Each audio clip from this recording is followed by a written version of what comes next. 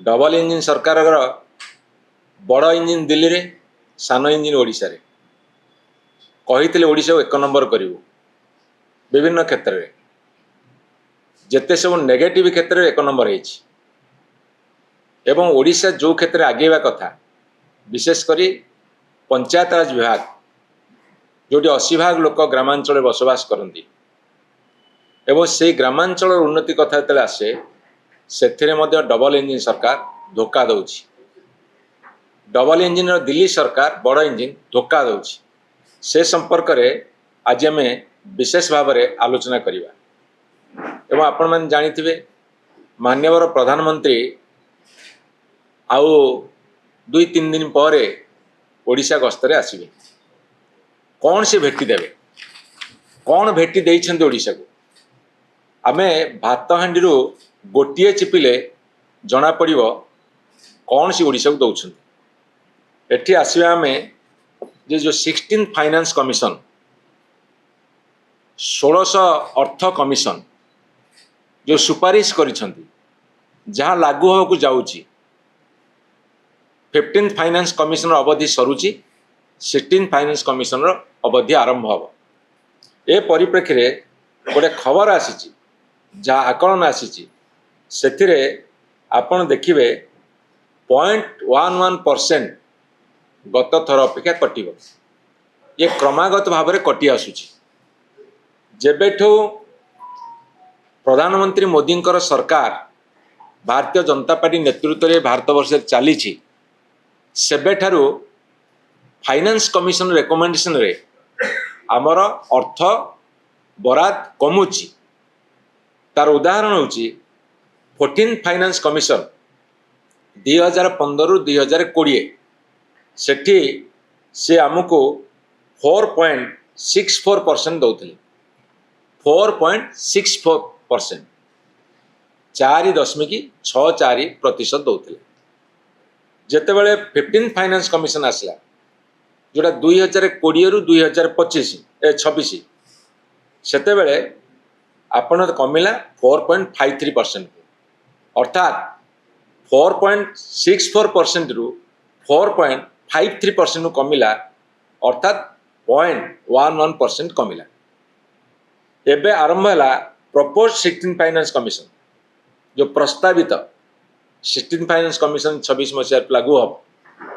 26-27 पर लागू हम से 2026-2031 पर्यंत से कौन कले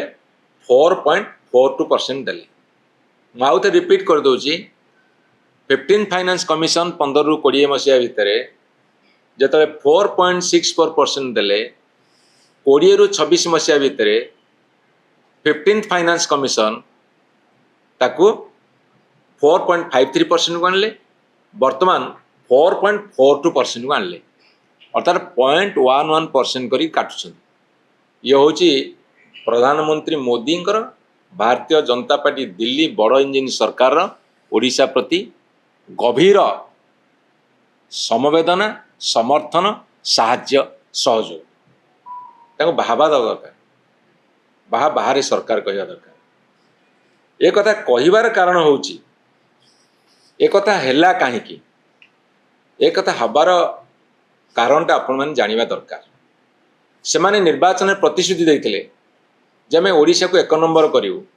अवश्य जो राज्य रे निर्वाचन होची सेठी भाषण दोछन तम राज्य को आम 1 नंबर करिवु ताले गुजरात केते नंबर रहिबो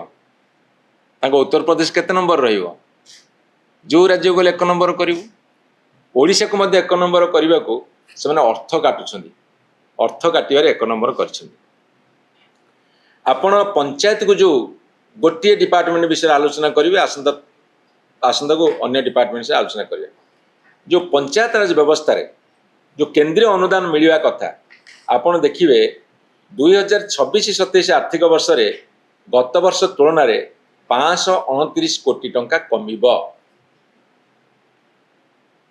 ये जो 16 फाइनेंस कमिशन व्यय बराद रे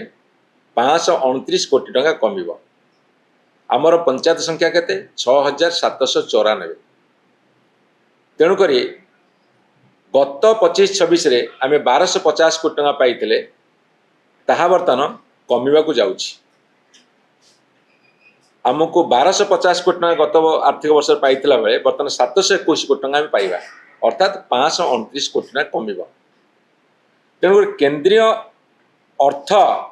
कमिशन जो फॉर्मूला आपणी से पांठी कमिब एवं पंचायत माने केते पैसा पाइबे तार गोटे गाइडलाइन से देइछन्ती। गाइडलाइन मुताबक 5000 लोक संख्या विशिष्ट पंचायत को 9,62,630 टंका देवे एवं 5000 रु 7500 जनसंख्या विशिष्ट पंचायत को से माने 11,55,000 टंका देवे। 7,501 रु 10,000 जनसंख्या विशिष्ट पंचायत को 12,41,000 टंका देवे। मु आपन को एठी आ गोटे सांघातिक तथ्य दबा को चाहे आपण से सांघातिक तथ्यटा को जानिबा दरकार। जेतेबेले मान्यवर नवीन पट्टनायक ओडिशार मुख्यमंत्री थिले से केंद्रीय अर्थ एवं राज्य अर्थ सेंट्रल फाइनेंस कमिशन और स्टेट फाइनेंस कमिशन सुपारिश रे जो अर्थ दिया जाउतला सेथिरे 90% प्रतिवर्ष खर्च होउतला एवं जेहेतु केंद्र सरकार मार्च मास बेलू दियंती से असंगति रोला किंतु 90% पाखापाखि खर्च होता। आपणकर 2024-25 ये सरकार जिते आरंभ है आज 2 वर्ष पूरीला 2 वर्षर पूर्ति पालन करुँच उत्सव मनाऊँ जिते ओडिशा सढ़ुची दुर्गति दैन्य दुरीत से उत्सव पर उत्सव मनाऊँ सफलतार कहानी बखाणुंट। मुझे प्रेस कॉन्फ्रेंस माध्यम पचार चाहे ये कौन तुम सफलता 2024-25 मसीह आपणकर जेतिक अनुदान दि जाइथिला 15 फाइनेंस कमिशनर एवं स्टेट फाइनेंस कमिशनर एवं जहाँ अर्थ बराद करा जाइथिला तार मात्र 52% खर्च होइतला 24-25 मसीह एवं 25-26 मसीह गत आर्थिक वर्ष रे मात्र 53% खर्च होइतला। मान्यवर नवीन पट्टनायक समय 90% ऊर्ध्व खर्च होता। आज तुम्हें 50 भाग अर्थ खर्च करने को समर्थ नुहे जहाँ फल कि फाइनेंस कमिशन कौन कले परफॉर्मेंस बेस्ड को जो मूल्यांकन कले देखिले ओडिशा सरकार अथर्व अपारग खर्च करें तेणु से सुपारिश कले जे आम को बर्तमान आउ अधिक अर्थ दबार आवश्यकता नहीं। जोटी 1250 कोटी देते से 721 कोटी देवे 529 कोटी काटिबे कहीं ना पारिबा पणिया सरकार जेहेतु ओडिशा रे अच्छी डबल इंजिन सरकार एवं लोकप्रिय सरकार एवं ता साथी कुआड़े गाँ गहली सब कम करके भसई देनी 2 वर्ष भितर लोक कहते गांडुए माटी पड़ी ना ये सरकार खर्च होची मात्र 50%। तेणु केंद्र फाइनेंस कमिशन कहले एभली अपारग सरकार को पैसा दबुने। तेणु एठी आपण आउ गोटे कथा मन रखु एठी मार्च 26 ये जो आर्थिक वर्ष सरीला 30 मार्च रे लास्ट दिन 1500 कोटी टंका पठेले पंचायत मानकू आमर 6794 पंचायत 1500 कोटी पठेले केते बेले ना जो दिन आर्थिक वर्ष पूरण हम ताल चिंता कर खर्च एम केमती कर एवं 2024-25 रे केंद्र सरकार 20% अर्थ कमेकी देले जेतिक आमको दबा कथा ताटू 20% कमेकी देले 2024-25 रे 2025-26 रे मध्ये 20% कमेकी देले अर्थात केंद्र सरकार मध्ये अनुदान को दौ नाहंती ओडिशा को भल पाइकी दौ नाहंती ना तांकर जो सरकार अच्छी अत्यधिक एते भल पाउछंदी जे आंको दबु नहीं ये काले एपट सेपट कर खर्च करदे। केंद्र सरकार आंक प्रति विश्वास नहीं ना एमानकर दंभ दम नहीं जे केंद्र सरकार पैसा टाणिकी आनिबे एपट खर्च करेंगे ये सबुथिरे फेल्युअर। आउ गोटे सांघातिक तथ्य आपण मानक मैं दबाक चाहे आपण जानिबा दरकार सारा ओडिशावासी 2024-25 मसीह